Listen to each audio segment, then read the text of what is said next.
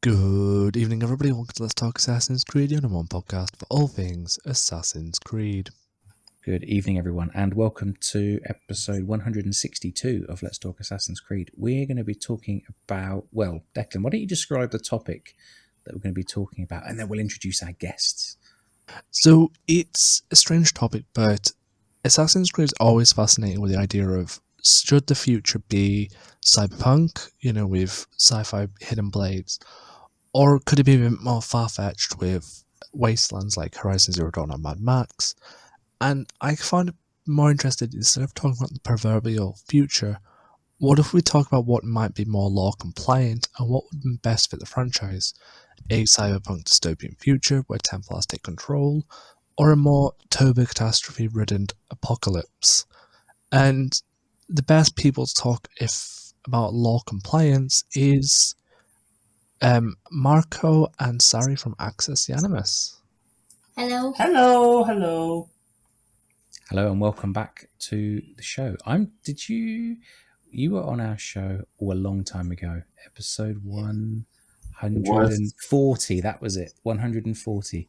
And we basically just had a long chat about the history of Access the Animus and your whole group's enjoyment of these games and all the work you've done over the years. And that was a great conversation, and it's very nice to have you back on. Before we get into the possible future, possible ending of this universe, let's get your thoughts and your updates on some of the recent UB Forward news, because we're recording this 10-12 days after Ubisoft Forward, and there is a lot of Assassin's Creed stuff going on. But I don't really want to ask about Mirage, because we've talked about Mirage on the show. You've done many videos already on the gameplay trailer and the story trailer, and I've got to say, I really liked most of what I saw. I'm looking forward to the game. But I'd love to hear both of your opinions on Jade, the mobile game set in China, and on Nexus, the VR game covering 3 characters. Why don't we do Jade first, just for the sake of it? What are your thoughts on Jade? Did you like what you saw? Are you interested? I am very much into Jade. I'm very excited about that. Not only because it's set in China and it does feel like a mainline game, even if it's for mobile, but the environments, they do look pretty nice for it being a mobile game. Yeah. It does feel, for the few frames we've seen of gameplay, it does feel like Odyssey, even visually, in terms of magical attacks and stuff, and magical attacks in gameplay, which I'm not a huge fan of. Yeah, yes, you're right.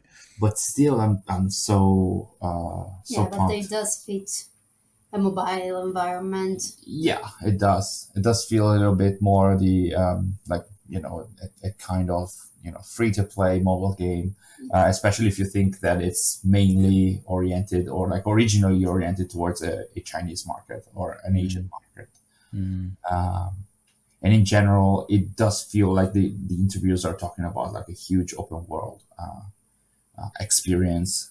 So it's not even like it doesn't feel like it's going to be like a tiny and short game. Like it feels like it's going to be, I'm expecting it to be like similar to like Odyssey on mobile game, but set in China. Yeah. And I've signed up for the is it the public beta, I think they call it, or the public test? Yes. So definitely, I was not that bothered. I'm going to be honest. I've said before, I don't game on my phone, and then I'm so stupid. I had a thought. My wife has an iPad. Maybe I can borrow her iPad and actually play it on a reason, because I can't imagine playing Jade on a little phone screen is going to be very satisfying. Maybe it is. Maybe they know what they're doing, but the thought of playing it on an iPad screen is more appealing. So hey, if I get a chance to play it in the beta, I will definitely do that. Have you signed up, you 3, Declan, Sary, Marco? Have you signed up to maybe play it when it goes into beta? Well, no, I didn't, because Marco I did though. So we are pretty much the same person. And I'm not really into mobile games either. Gotcha. I don't have very much time to play on mobile. And then I don't know, it's not my my type of games. I do not play on mobile, so but I will play on mobile for streaming. So I will play it for our streams. So I I'm wonder very, if you'd be able to the only pair up a thing I'm controller with it. That would curious. be interesting. Sorry, Yeah, Sarah. no. The only thing I'm curious about the game is how they will deliver on parkour, because I mean on mobile, I Yeah, don't know how it will feel on mobile to parkour up and down the they buildings. did say it's going to be obviously optimized for hand controls on a mobile phone. And if I recall correctly, there was already a mobile game called Assassin's Creed Identity for iOS and I think Ah, Android as well, where you moved around open world environments, limited but still. In Renaissance Italy, you could also, climb the Colosseum and stuff with your sort of like customized assassin. Like you could customize the outfits and stuff. So there was like you moved, you tapped the screen and then you moved with your finger upwards so that your character could go forward, and then if there was a wall, it would automatically climb and stuff like that. So maybe it's going to be the same. okay. Yeah, I it would be a bit strange to like shake the phone to do like a side eject or something, wouldn't it? I didn't think of that. Drop the phone and you do a back eject off the gas. But yeah. Sorry, Declan, mate. Over to you. I was going to say I have signed up for the beta just because I want to pick it apart, because I'm a big mobile gamer. I've been gaming on my phone for like 5 years now. I've been playing one game for 2 years straight. So I do believe there is huge potential, because the market for it is only dominated by the Metroverse games, which is like the Honoco games and Genshin Impact, and the new Tower of Fantasy. So there's a lot of realms. On about the controller support, not trying to play console wars or anything, but there's a higher percentage of Xbox controls working over PlayStation controllers, because over the years I have tested that PlayStation controls work on about 80% of Android games, even if they're not completely supported, whereas Xbox does work about up to about 85-90% more games. Even if they're not supported, you can actually use them, even if you want to navigate your mobile home screen.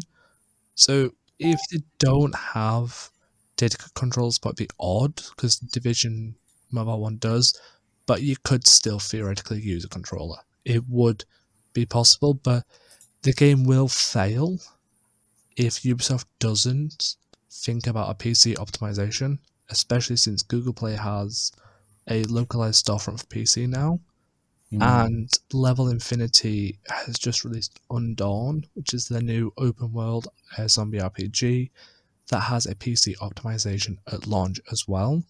Diablo 4 launched with PC optimization beta, and that proved a big success. Genshin Impact and the Honoco games Tower Fantasy are also PC optimized. So if Jade doesn't have a PC optimization in the works, it will eventually probably flop in the West, because mobile phones in the West are not usually very good at handling open world RPGs, since it's probably going to be about 16 gigabytes in size, because that's how big Genshin is on a mobile. And with most screens being about 6 inches, the UI is always cluttered. Yeah. So I'm very nerdy about the mobile market. I will apologise. That's all right. It's interesting to listen to. I mean, I don't play games on mobile, so I've got no concept of what's popular. But I guess because it's going to be on the Google platform, it won't take long for someone to figure out how to run it on PC. Oh yeah. And maybe that'll be the best way to experience it. There is legal software. It's legal. People who play Magic the Gathering Puzzle Quest use it, and the developers are all right with it, but it's a bit on the nose. But there is an emulator called BlueStacks. Yes, I've heard of that one. Yeah. It works fine. It's really good. It is legal, but apparently, I have heard on the forums for Octo, which do Magic the Gathering Puzzle Quest, that apparently developers are not always find people using emulators as good. Apparently, they don't like it. So, would Level Infinity and Ubisoft be a bit annoyed if people used BlueStacks and streamed it on PC through BlueStacks, because they could legally challenge it because it is an emulation. It's not a legal software. It's not. You're not legally. Emulation is legal, at least in Western Is it? jurisdictions. Yeah, yeah. So they couldn't really do anything. They'd probably just be annoyed. Not really. I mean, I guess they could ban your Ubisoft account if they really wanted to, but They'd probably just be irritated. Maybe. Because I think, in my opinion, the irritation will come from that the games that are optimized for PC, the storefront is more developed into the company's back pocket, but when you're emulating, it's probably a little bit more wiggle room, because I think some storefronts are shut down through BlueStacks. right. That I can't remember. Whereas if they did it for UB Connect, they could do a lot of deals. Just saying. Yeah. Get those UB points in, the UB people. Play Mirage on UB Connect. Log into Jade and get Basim skin or Basim hair. Perfect. You know it's going to happen. I want to also ask then about Nexus, a VR game, which had been kind of rumored and leaked for a while, but not one but 3 characters that we can play new stories as, which I've got to say, I don't have a VR headset. I won't buy one. Unfortunately, I can't afford it just for one game. But the thought of playing a new Ezio story, a new Connor story, and then a new Cassandra story is very appealing. Just a shame that you need a headset to do it. What do you think about that, Marco and Sary? I love it. I really love it. I had the chance to try how was it called? The one that escaped the pyramids.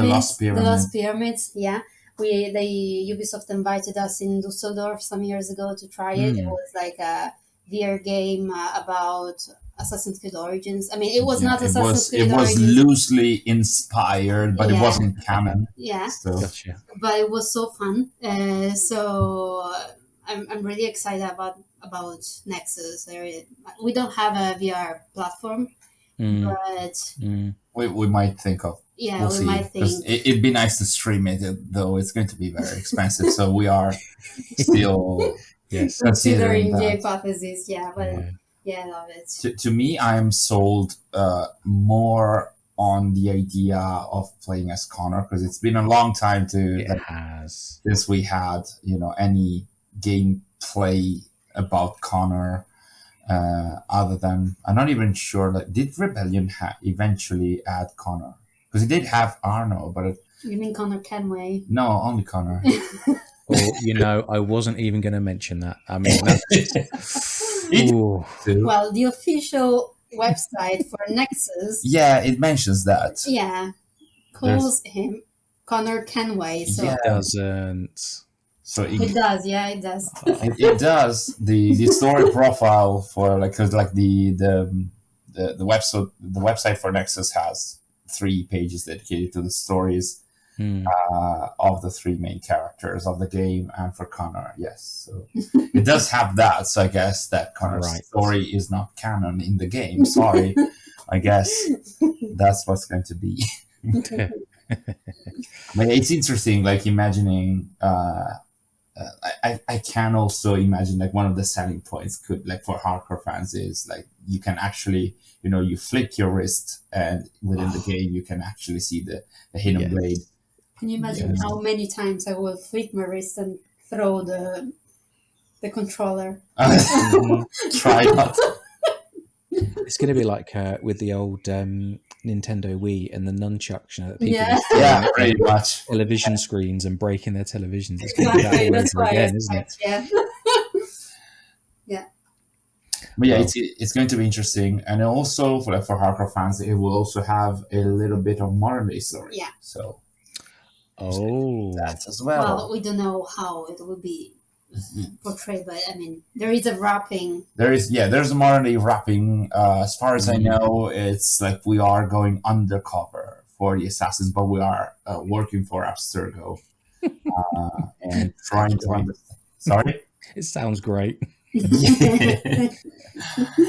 And I think there are some artifacts to find, usual classic standard Assassin's Creed story, because this is a new medium, so I think you're going very classic with the wrapping, with the modern day wrapping to the story. Understood. Understood. I look forward to seeing some YouTube playthroughs anyway. Oh yeah, that's going to be amazing. For sure. Well, Declan, I just wanted to get people's feelings on the new announcements. Do you want to kick us off on the main topic? Can do. I'm just now thinking while I run around VR headsets, I'll just go out to the park, put a hood on, ruler up my sleeve, and there's my assassin fantasy. Don't need VR. I've got real world trees and playground slides. Don't kill anyone, please, because that's not good. Yeah. I have a ruler. Most thing I'm going to do is get a splinter. So, I think the best topic to start off with is we know in the franchise and in the modern day, Abstergo are Templars. They're crazy. They're rich. They can build practically anything. So, is the idea of a dystopian cyberpunk future where the Templars run control for technology actually very plausible? I think that is probably my biggest question. The whole idea of like futuristic hidden blades and probably using Apple Eden cameras or something, is that more realistic for the franchise to go with, if that makes sense?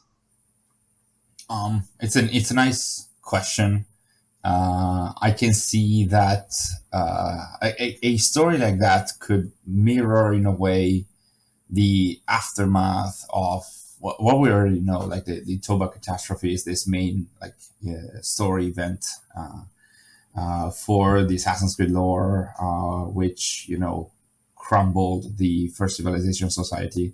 So if we actually had like a post-catastrophe kind of or environment or situation where the Templars have taken control and now they are controlling the world. So it's still like a post-apocalyptic environment.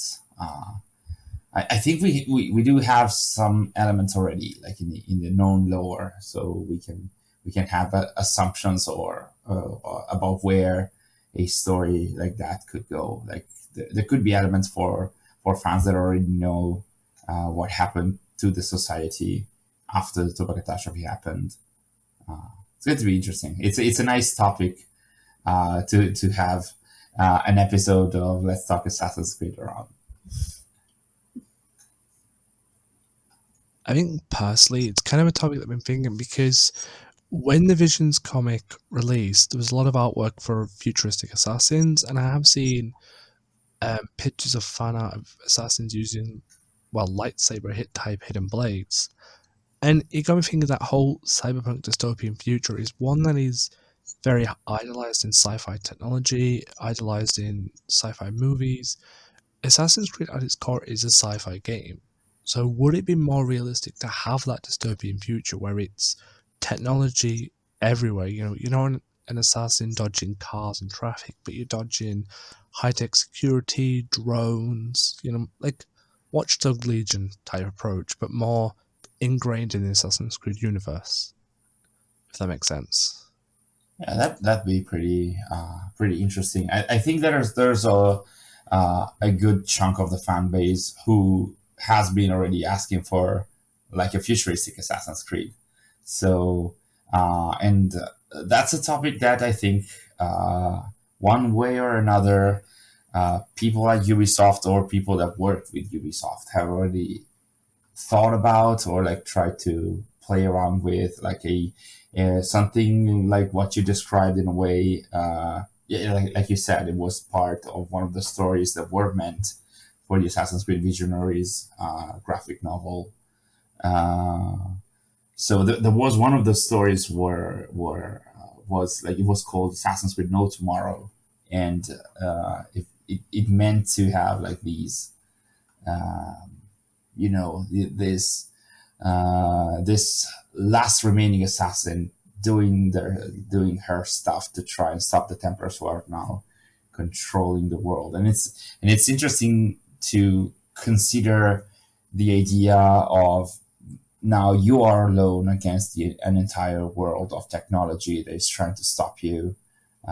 So are you alone, like the main character of the Matrix, trying to go against the entire fleet of machines. Yeah, I think in the economy of the franchise, it would make much more sense to have like a futuristic environment, not a like Horizon Zero Dawn one.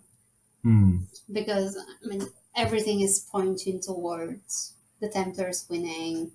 The Templars are more powerful than the Assassins, at least until now. So I don't know what will happen with Basim coming into play, but for now the Assassins are losing. So it's true that Templars are stronger, richer. They are into the higher spheres of command and government and stuff like that. So it's easier to picture a future shaped by this class, if you want to call it like that. So a rich class in the government, etc. I would picture more a futuristic future than a post-apocalyptic one. Of course, if Assassin were winning and Chaos would can you hear permeate the world, of course we would have a post-apocalyptic scene. Can you hear the ironic tones of a Templar supporting lady talking? Yeah. We could have a whole separate discussion on whether assassins represent chaos or not. Yes, Declan. yes. Let's save that for another time. They really don't. Anyway, I was gonna. Oh, damn it! I was going to say something. I tell you one thing. This conversation has made me think. Like you said there, Sary. The way that although the modern day story has been at times inconsistent, and there are some gaps. Abstergo have so many advantages. It almost feels like the writers have boxed themselves into they've put themselves into a box where there's actually no realistic chance that a few distributed cells of scrappy underdog assassins have got any chance of protecting humanity. I do wonder if there's a good opportunity for a game where maybe the assassins win, just for one game, just to restore a bit of balance to the modern day story. And then at the end, you find out it was just a calculation by Oh, come on, man. Yeah, that would probably happen. Go on, Declan, mate. You've got your hand up. Yeah, I think that the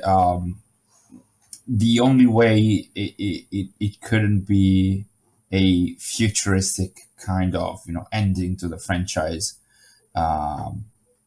it would be only if there a new catastrophe actually happened and it wasn't stopped by the assassins as it happened. Yeah, but who would be there to be assassins or Templars? I mean, it would be just another concept for another game. I mean, yeah, maybe, or it could be like if an actual catastrophe hit the Earth, then maybe some assassins or some Templars might realize in time to go in some of the vaults and save themselves, and then there's like a wasteland around the entire world, and there might be a new clash about who is going to try and set the new direction for what remains in the world.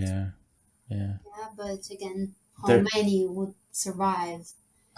Who knows? I mean, it would not be a like, lot. I don't know, 10 people against other 10 people. That would be really cheap for a game. You don't have to have social stealth.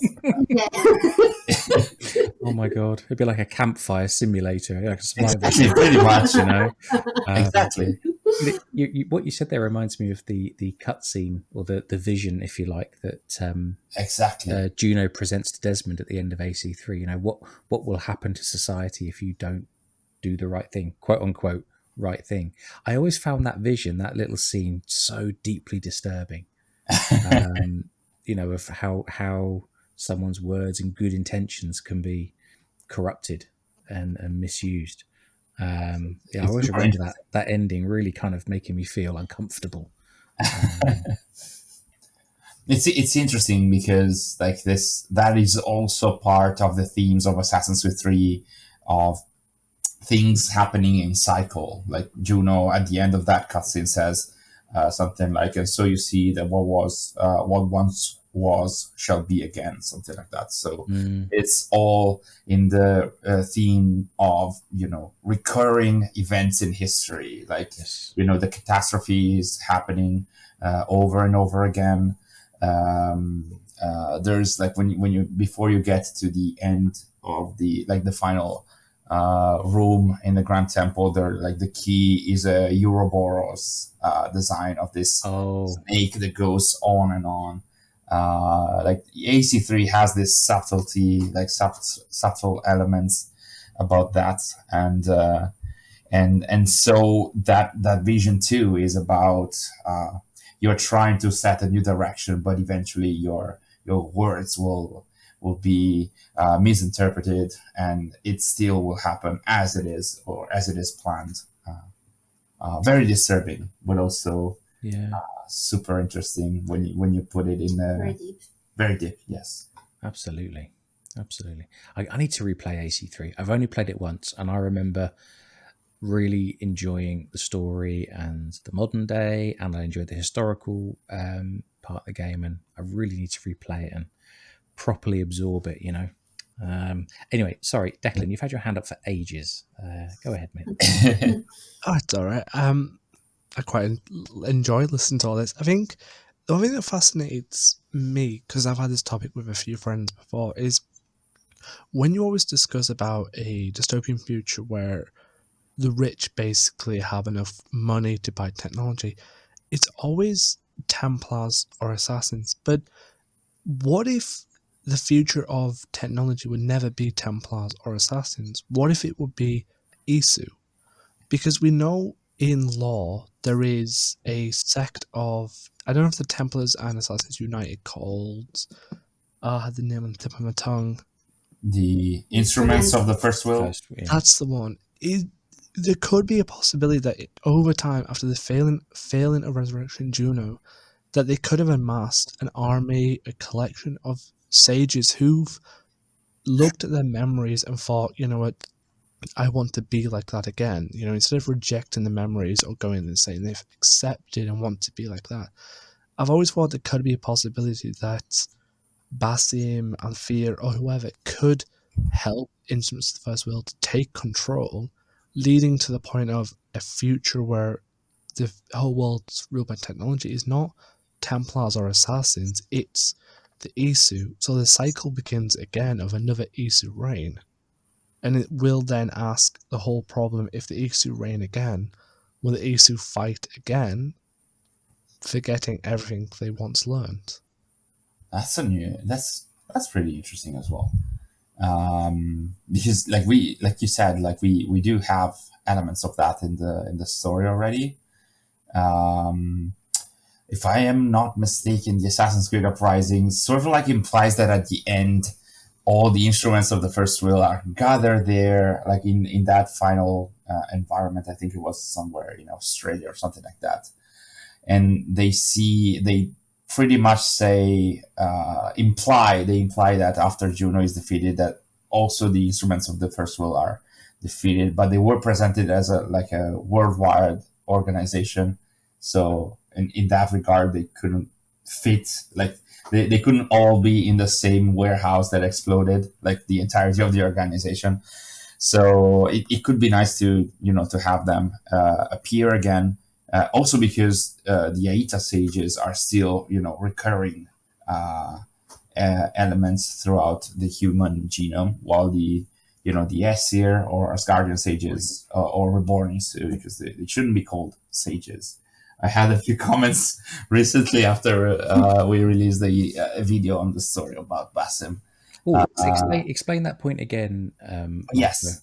So basically, there is a small difference in calling sages and whatnot. So basically, the reincarnations of the Isu that produce the reincarnation of the Isu Aita, that was Juno's husband. Those are called sages. Yes. basically this is described in a letter in King Alfred of Wessex's study that you get at the end of Valhalla. And it says something like, there are recurring reincarnation, they are called sages. Then there are other ones, they're only reborn ones. And those are the Aesir or Skardian reincarnations. I think the wiki has adopted the name Reborn Isu in order to differentiate them from sages. Gotcha. In some of the videos that we have done that I wrote, I just went for sages because it's more commonly known name. So when you say sages, you immediately recognize that that's a reincarnation of an Isu. But yeah, I had a few comments say, it shouldn't be like that.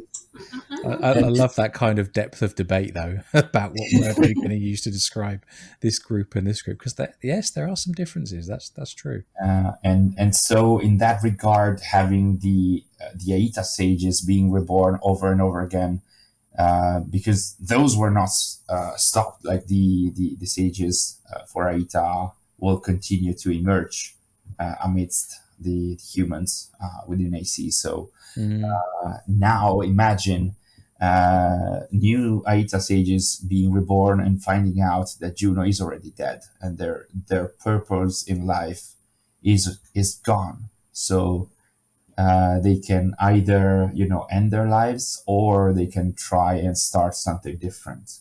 Because there was in AC4, there was like that the manifesto of the instruments of the first will. It was like this 30 documents, like 30 post-its. There were post-its that you could find across Abstergo Entertainment, and once you scanned them, they described the manifesto that was written by John Standish, John from IT, who was a sage. And he envisioned a society where the Isu would come back to have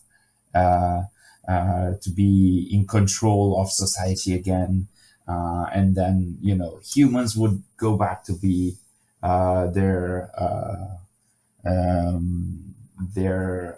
controlled pets, basically. So yeah, but I would see it very difficult to have a whole Isu society back at the top. How would you do that? I mean, okay, you have a lot of Aita sages reborn, but I mean, what then? I mean, they're all Aitas. So I will give you a solution through the blood vials that disappeared from the observatory at the end of AC4. And those blood vials all had, blood from Isu people, or... Oh, were them from Isu people? I think. They might have been. No, I'm not sure. Maybe. Because what I remember is that, maybe I remember wrong, but what I remember is that the sages have the triple helix DNA. Yes, sure. Okay.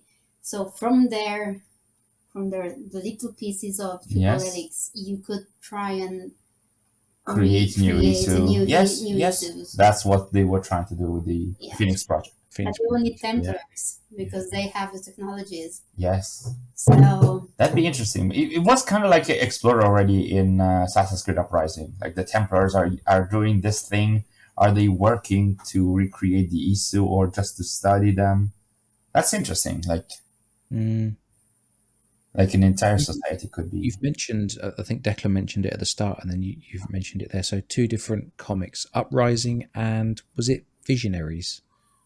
Yes, Visionaries. Like Visionaries was the graphic novel that was meant to happen, but it wasn't funded on Kickstarter. Oh, gotcha. Because I couldn't remember Visionaries. I haven't read most of the comics, but that was a name I hadn't heard of, and I was going to ask you a quick story summary. But okay, it didn't actually go to print in the end. Yeah, they did mention that they would try and find different ways than Kickstarter to try and bring that back. In some way or form, but they still haven't gone public about that. Gotcha. And instead, Uprising, basically, it was like the set of comics that provided the ending to the Phoenix Project story. So that's where Juno ended instead of within the games.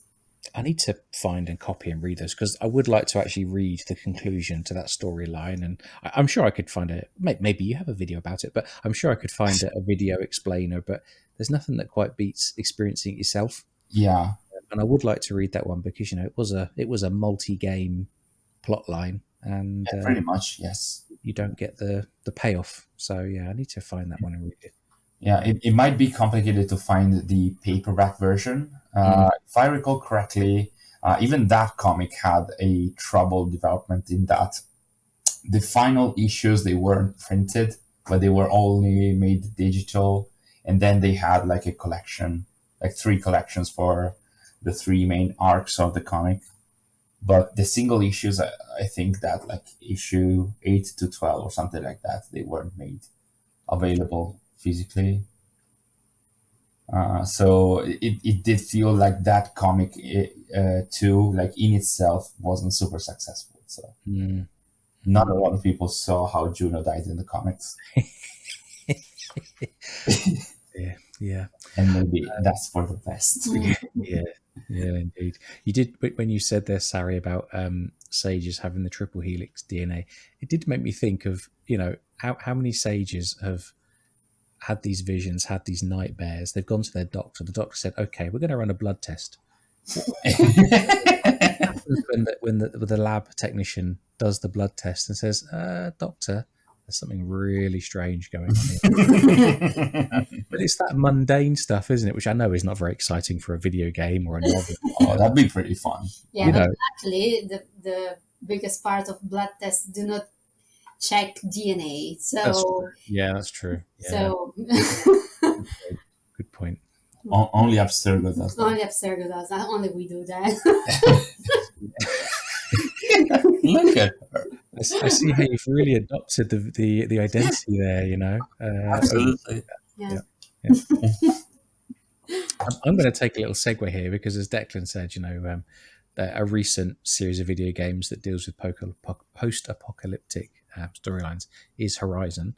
Yes. Marco, you're a fan of the Horizon games. Have you finished Forbidden West? Sadly, no. Because I was playing it a little bit consistently before the gameplay trailer for Mirage at the PlayStation Showcase. And then that happened, which meant a little bit more time of my already limited free time. All of that was dedicated to creating content on ATA. Yes. So I had to stop for a bit. Plan on getting back. I plan on getting back on that too, because as I started playing more of the main story, Sary also sat there and watched the story as well. So I always enjoy playing games with Sary. But she doesn't when I get lost in side stuff and side content. So it's always balancing. Like when Sary's not around, then I do sit to play through all the side stuff, and then when she's there, the relationship there between you two is the other gamer in this house is my oldest daughter, and she always laughs at me when I'm playing a game because she'll say, "Dad, are you doing side content again?" Yes. Why don't you get on with the main story? Well, I want to explore this building, or actually there's an NPC I want to talk to, or I've gone off on a side quest to upgrade some gear, or whatever it is. So she's very much a main story, beginning, middle, and end, get the job done, move on. Whereas I am more like you, Marco, you want to see everything. Well, it's not like I dislike the side story. It's just that when you no, too late for that now, Sary. Too late for that now. We know. No, it's just like when you are not the one playing and you just follow someone else playing, it's a bit boring because you get lost. You just lose the track of the main story, the side quest. I get lost in who's who in the characters. Yeah, exactly. So when I watch him playing, I just prefer when he goes through the main story. Yeah. But when I play, I actually explore everything around me. When a new game comes out and we both play it, I'm usually the explorer, and he is usually the... I go through the main, a little bit of the main story and a little bit of the side, especially when we're playing AC. Not only, if you remember when we played Zelda, Yeah, that was also the I same. was like climbing all the mountains I could see because I had to see what wasn't on the top of them. But so yeah, and I wanted to go through the story. That's Yeah. true. That is true. Yeah. Well, in that case, we can't talk about Horizon because you haven't finished it, so no spoilers. Although I will say I haven't. I have the DLC, Burning Shores. Oh, I haven't played it because it was released. Was it during or just after the community relief event? So yeah, it was yeah, just after, I around there, think. yeah. right. So I instead went and played Witcher, which I've been promising Wolfie that I would play for about a year. Yeah, I saw that. I saw some of the pictures online that you shared. I enjoyed that a lot, I must say, but I do need to get back to Horizon and get some post-apocalyptic stuff going. I do really enjoy those games, I must I say. mean, I think we can talk about the first Horizon game, because that also can provide an idea of what a Wasteland would feel like if you're playing an open world RPG, kind of like Assassin's Creed. But I have a question. Yes. Would you feel it like it's an Assassin's Creed? Probably not, because I mean, unless like it would feel like an Assassin's Creed if you are going through the Wasteland and the story has you stop by through, some like you can find different versions of or different instances of Animus machines that allow you to get through historical small stories that allow you to go on in the Wasteland. Like the Wasteland would be sort of like the new modern day, and like it would feel like an Assassin's Creed only if you go back in history, because otherwise it could only be like one game. You do that in Wasteland or in the futuristic setting, and then that's it. Instead, if you have To go back to the historical section, which even now, even in the game, could be the future, and it would be more about what happened, what went wrong. exactly that would be also interesting. But can you imagine parkouring through ruined cities to find lost memory cubes or, whatever? Almost like the, how Aloy uses the focus to scan those little... Yeah, pretty much. That would be amazing. It probably would feel very similar to Horizon. Yeah. But at the same time, I think that AC could lend itself to that. Like, in my opinion, Horizon is basically reverse AC. I always say that in our sense, because Aloy is going around. There's you are in the wild, but there's a lot of technology around you, and you are digging the past, which is the same that we do in AC. And when you're looking for stuff about the old ones, which is, us in the modern day or a little bit after that, it's the same as, historical characters looking for first civilization artifacts. Because it's the same in a way. Aloy is looking for artifacts like technologically advanced artifacts for her that are dating back to the past from a civilization that was more advanced than Aloy's civilization is. It's the same as the historical characters in the various AC games finding technological artifacts about a more advanced civilization that happened and died in the past.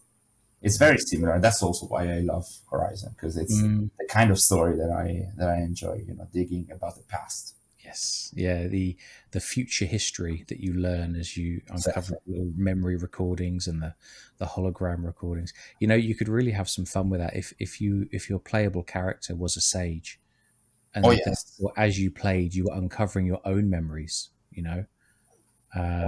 They could do anything with that. Like if it's a sage in a wasteland or a futuristic environment, you could access memories from human history, first civilization history, or what led to the futuristic environment in the modern day.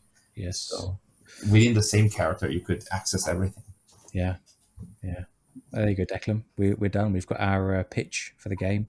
I think the one thing I wanted to add as well is I think the thing that a future Assassin's Creed like Horizon Zero Dawn saying could do better than a more cyberpunk dystopian one is you could really mirror the events of how the civilization had to band together during the first turbo catastrophe when the humans and the Isu split. So you could really create the story of Assassins and Templars have dropped the conflict. They've united to try and push forward to get things fixed. And then your character starts, working maybe a secret division to try and find ways to make sure the government doesn't fall apart and the whole civilization thrives. And as you recover in memory streams or past logs of Assassins and Templars, you then start getting a warped view of the world, where Assassins ride, where Templars ride. And you could always then end the game on civilization splitting again between two sides, or Assassin side and a Templar side, and creating a new cycle as what's always been predicted in Assassin's Creed, that even if a solar flare hit and the whole world had to rebuild, civilization may always still divide between two sides who want complete order and who want complete freedom, if that makes sense. That's super interesting as a concept as well. Like, it would be, the ultimate attempt by the Templars and Assassins to make it work. And then eventually, as all those attempts happen, it would end probably badly, or like you could have the story like eventually, like you said, you split into halves. Like the players that decided to support a more Templary view, and eventually after, like Sary. So after you teamed up with the Assassins, you saved the world, and now as a Templar, you're gonna go back to all the machinations, all the subterfuge in order to make the civilization go towards order and control. Or instead, I can imagine a part of a story where you team up with your enemy, but at the end, after the world is saved, you go back to the old, and show that this endless war again cannot end, because even after the world is saved, now you can go back to bickering. And I think you could also mirror Cain and Abel as well, that yes, the world has ended, and you could pretty much have it as two brothers in friendship, brothers in arms, whatever, they've got the survivors, they're building a civilization, and one brother could see that, civilization is failing because it's a little bit too more. There's maybe some people aren't pulling the weight to get the right resources to survive, maybe some people don't want to hunt, so they're not forced, and one brother could be like, maybe we should push them a little harder, they're slacking, and one brother could be like, well, if we push them too hard, they will rebel and they may not want to help, and then it creates that proverbial fiction that one brother then could start pushing workers more and more and more, and that could result in you beating him up, imprisoning him, exiling him, or anything, and that leads to the idea of we've caused the split because we're left with the moral dilemma: do we push our workers to get the right resources to survive, or do we let people get the resources in their own time in hope to build a trust? So it keeps the proverbial Cain and Abel story alive, but instead of artifacts, it removes all that for a basic nuance of human biology and nature. Do we fight for survival, or do we force people to fight for survival? And basically, I think that'll be the most Assassin's Creed story they could do, because Assassin's Creed has to be more than just shiny artifacts. It's the whole human nature as well, as Haytham in AC3 says, they survive because they don't need no creed, they're universal, whereas Assassins argue that they need to survive because there needs to be a creed. So, and even Altair demands that the creed needs ironies because it's human nature. So I think if they were to go to a Horizon Zero Dawn Wasteland, you would have to lean on human nature and the proverbial Cain and Abel build. Which would be pretty interesting in my opinion. Mirroring this legendary battle between Cain and Abel, and having it as you are recreating this cycle happening, like with things happening all over and over again, and you are deciding which which of the two brothers in arms you want to play, or like which kind of direction you want to bring the story towards. It'd be interesting, like, because you, the player, would be choosing. Are you again behaving like Cain, like the Templar ideology, or are you more like Abel, or supporting the idea of freedom for the last remnants of humanity? It'd be very, very interesting. Yeah, that would be like the never-ending clash. The never-ending clash of humanity. I mean, there is always someone dictating the rules and someone else trying to rebel to the rules. So it's a never-ending clash. And I think that's a clash that's evidence in law now, because I don't know if I'm correct in this because I've not done the comics. The Black Cross was designed with Otterberg, so anybody who rebels or pushes the line of the Templars is kept in line. So there's already that idea that a Templar organization built on order may be fractured, that there may be a split in that. And then if you take Pierre Belec from Unity, you already get that human nature split, that he would rather see Paris burn than have an alliance, because he believes in more freedom than complete control by a line of views. So AC has a huge core between moral philosophy splits between freedom and order. So having a huge Wasteland story built on that would feel less like an Assassin's Creed in gameplay, but more Assassin's Creed in a story. And I think in philosophy, the philosophy will be there.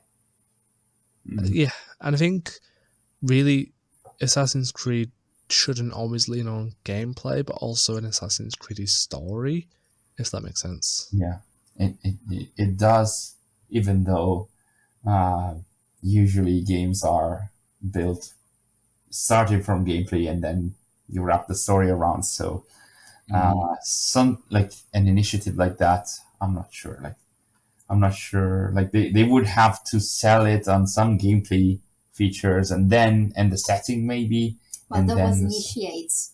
But it wasn't a game. It wasn't a game, but like it was an online activity based on the story. Oh yes, and that's it. See, it always happens. If the two of us are within an episode of Let's Talk Assassin's Creed, we will definitely end up talking about Initiates. We did it last time. Yes, yes, we did. I do believe, Marco and Sary, on your backlog, there may be a video about it one day. Yes, you did mention. I did mention I would do that, and I never it is in my file with the backlog of the stuff that I would like to do, and I never got the time to. It's kind of funny because, like, here on this show, obviously we don't produce as many videos and do as many streams as you do, but every Mirage kind of news release, trailer release, Declan and I have had to quickly say, right, what were our plans? Okay, are we going to do some kind of episode about this trailer, or so we're constantly moving stuff around in the last. I'm not complaining, by the way. Anyone listening, I am not being one of those gamers that's complaining, not at all. The Mirage content we've seen over the last few weeks has been great. I've been very happy to see it, but we have had to adjust our plans, and I'm sure, like you, whatever plans you had for regular releases, looking back at the older games, whatever, you've had to adapt as well. So we did. We live in good times because, hey, I'm very happy to see Mirage stuff. But I think we did have a really nice plan, Declan and I, for like May, June and July.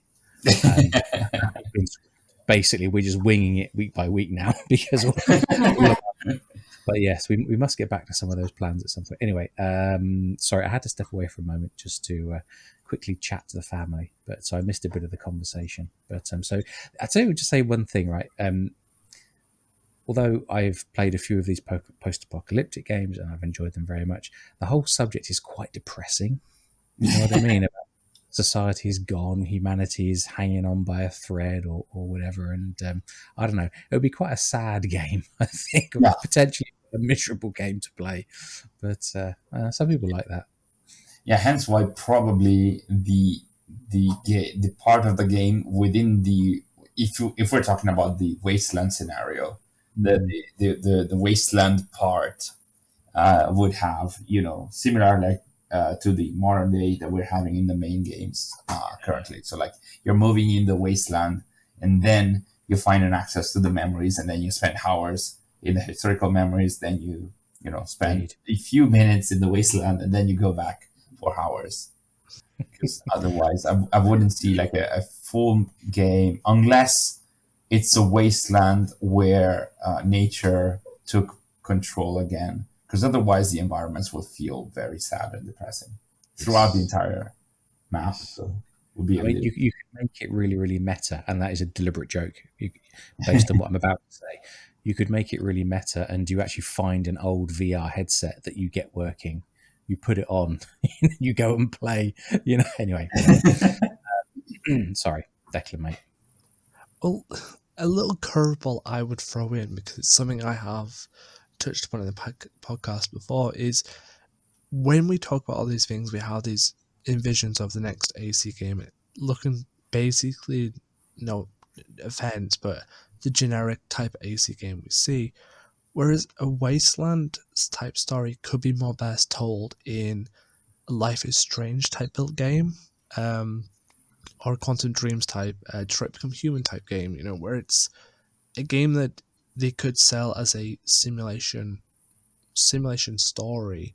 So it's like, it's a side story, it's not directly connected to the main line, but as a simulation story, it would give the players more choice to build that post-apocalyptic world.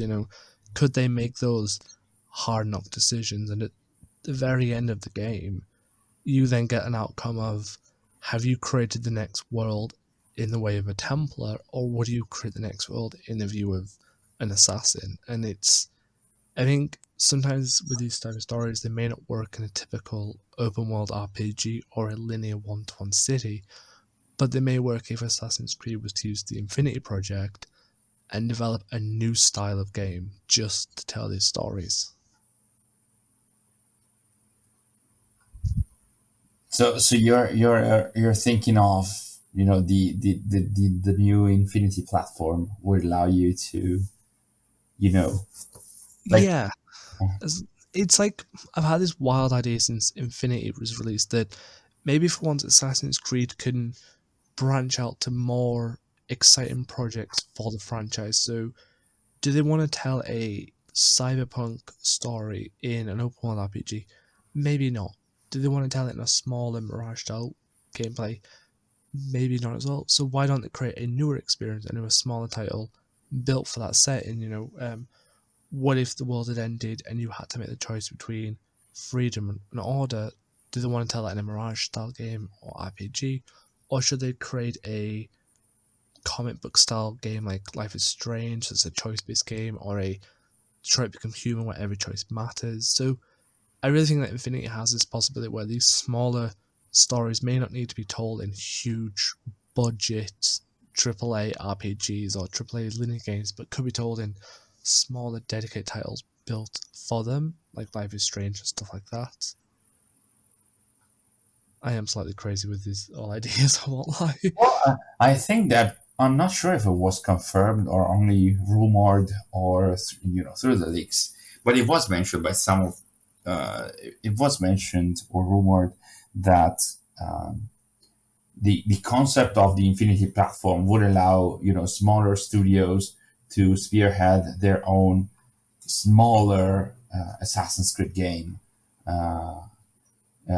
So this would also allow studios to create different experiences, because they do not have to necessarily have multiple years in development to always create an open world RPG kind of game, which also would alternate the different types of releases in order to not also get the formula repeated too frequently.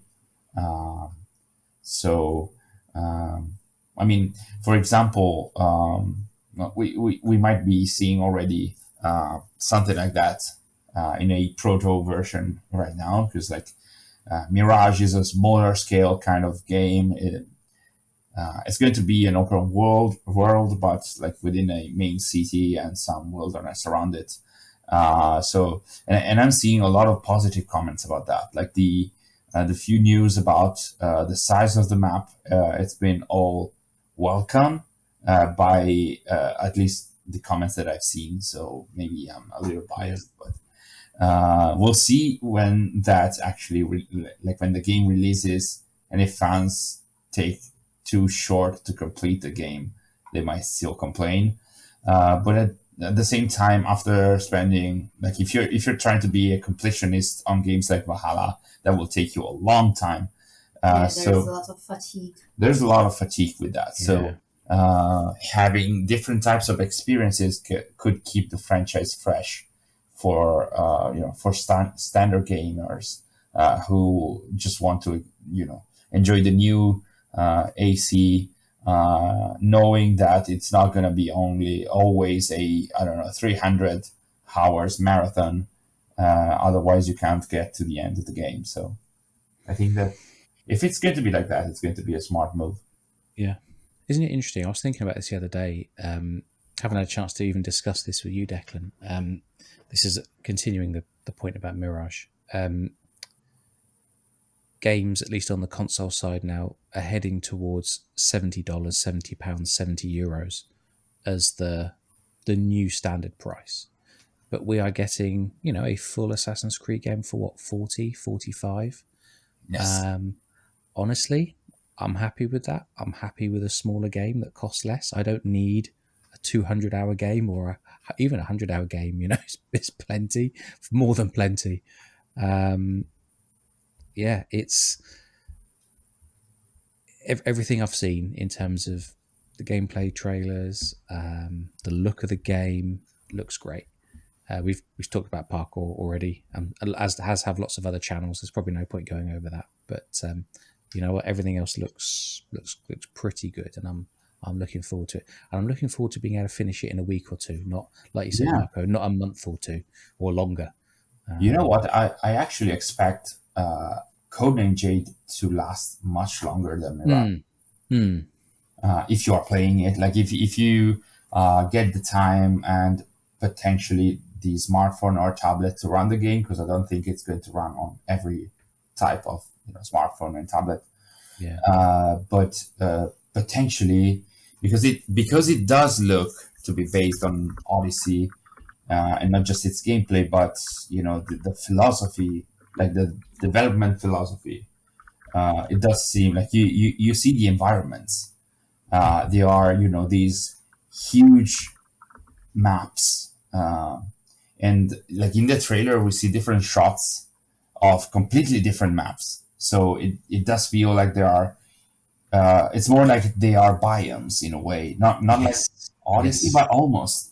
So biomes means huge open world maps, way more than it can be, districts in a city like Baghdad or Paris in Unity.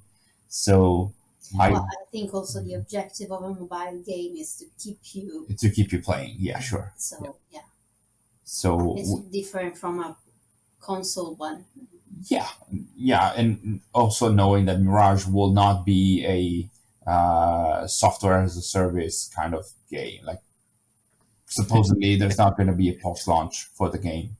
Do you know that was something? So apart from the 40 Thieves story, there's going to be no DLC, no expansion. Yeah, no. I wonder if it's big, if it is successful. I wonder if they would, or maybe there are already too many teams already working on Red, Hexe, and all the rest of it that. I mean, it depends on also like the other plans that they have for the other games they have already announced. So supposedly Red will come out next year, so in 2024.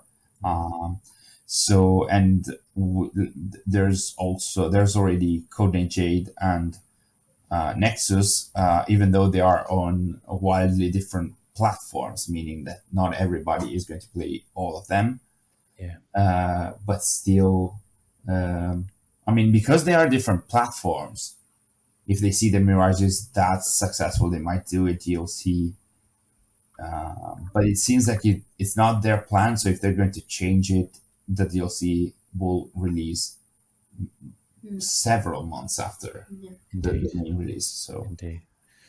we'll see. The only reason I could think maybe to justify it would be it would be an opportunity to sell more content to previous generation console owners. Yeah. Because I think it will be the last of the games for the previous generation, won't it? Yeah, probably. That might be one justification, but it's a very small one. Yeah. So yeah, I think that they will they will just release the game and the unlockable mission, like the 40 Thieves quest. That's gonna be it. I really think they want to keep it contained. Yes, to the game. It does look like they want to do that. This is the story. This is the lore we're giving you. Yeah. And that's it. That's what we want to tell about Basim. Yeah. Yes. And I suppose there's 2 books, isn't there, about him? So, sorry, 1 book about him and 1 book about Roshan. I can't wait for the Roshan book. I've got to be honest. I'm really looking forward to that. Absolutely.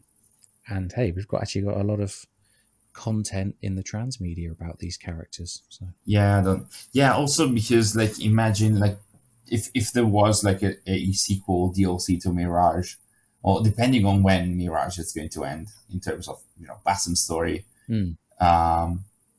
We already have seen, like in the Golden City novel, this story that seems like a connection between Mirage and the events that are going to happen at the start of Valhalla and the what's it called, Song of Glory comics. So there is a time frame. Yeah, there isn't that much.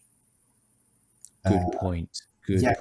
I do expect Mirage to end up on Basim turning into the Basim that we see from Valhalla. Okay, so, that's your prediction, is it, for sort of the end of his story? Okay, gotcha. My prediction for Mirage is that it might not show. I envision the ending, like I did mention that in a few of our streams. The way I expect Mirage to end is at some point the internal struggle is too much. Like in the last chapter, it's mentioned that the struggle was intense but brief, and Basim and Loki's memories ended up on what he calls a mutual agreement. So I think that at some point the clash will push the Basim that we see in Mirage, and eventually he's going to turn around and he will speak with Carlo Rota's voice, saying something like fascinating or something like that. I love the way he says that. Yeah. And but I don't think it will be like a tragedy like you think. I expect it to be a tragedy. I mean, I think Basim, as we see it in the trailers, it's like a son of no one. I mean, he's alone. Yes. He's lost everyone, etc. Yeah. I think he will embrace the memories of Basim because they give him someone to search, someone he loves to search for.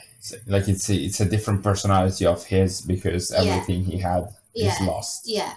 Could everything be. he has in his real life now, like Basim, the human being, is lost. He has no one else. He has, I have the hidden ones, but they're not my family. They're not my loved ones. Okay. So the memories of Loki comes up in his memory. So he remembers that he has this woman he loved, the children he had. So he has a new purpose and motivation.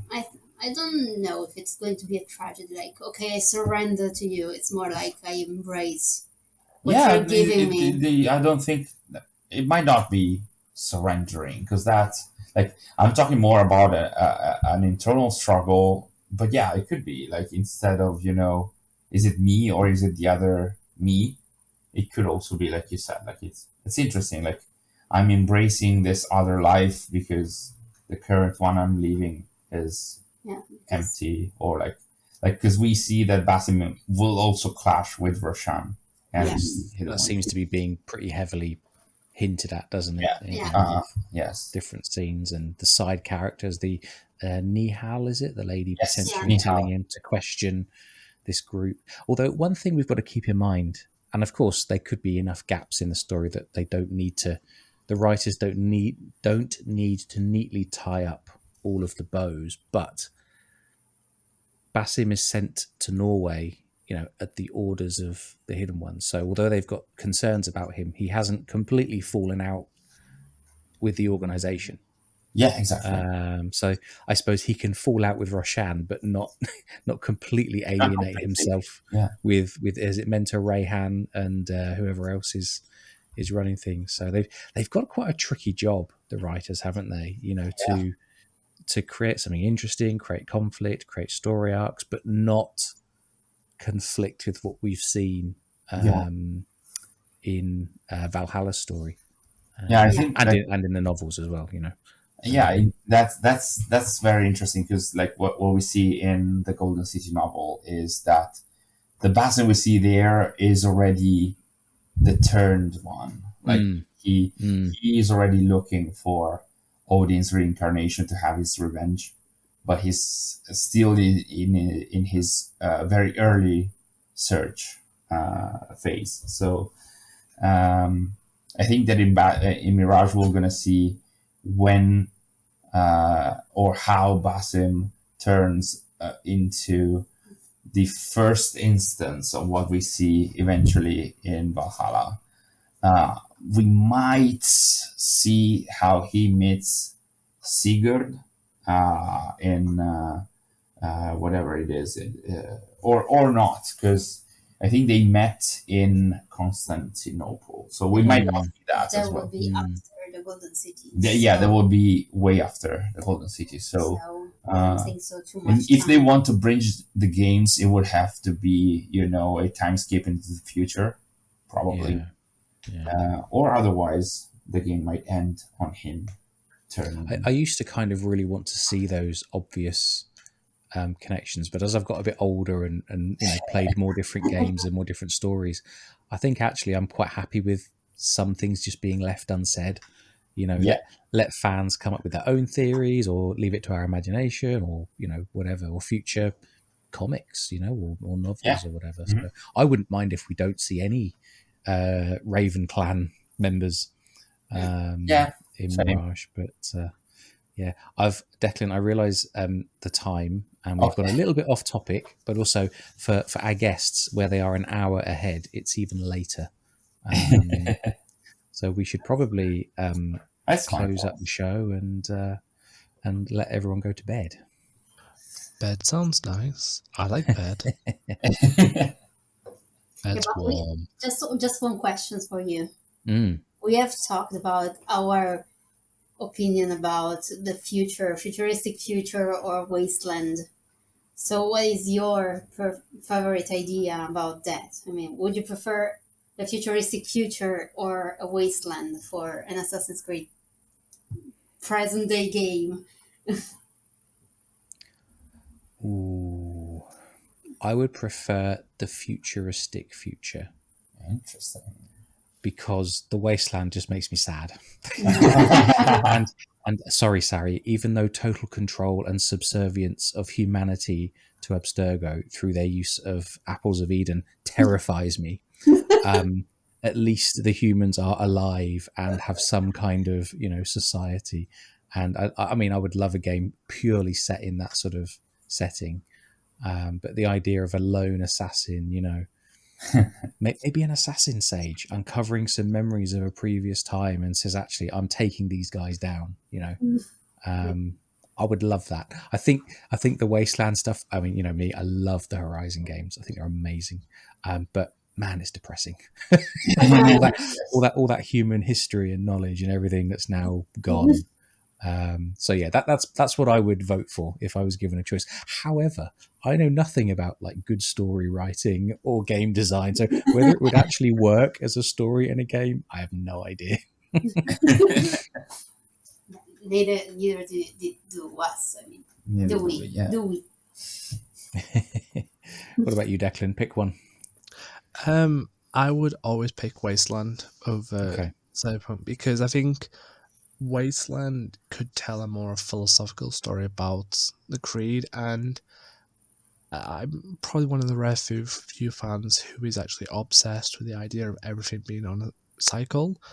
And I would really just love that, the world to like burn for total catastrophe, civilization to come together, and then split up again on another cycle. That sounds exciting and something I would like to play.